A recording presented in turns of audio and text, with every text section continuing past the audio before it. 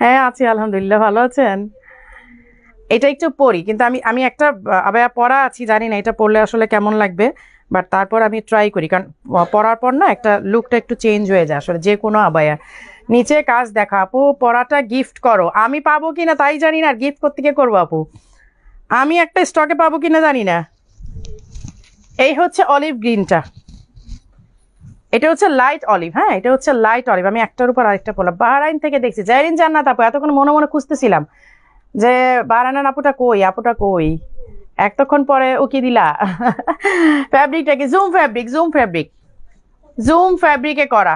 এই হচ্ছে olive green, এইটা আরো সুন্দর, মানে এইবারে কালারগুলো আমি নিজে হাতে ধরে চয়েস করেছি, এটা হচ্ছে বিশেষ একটা ব্যাপার।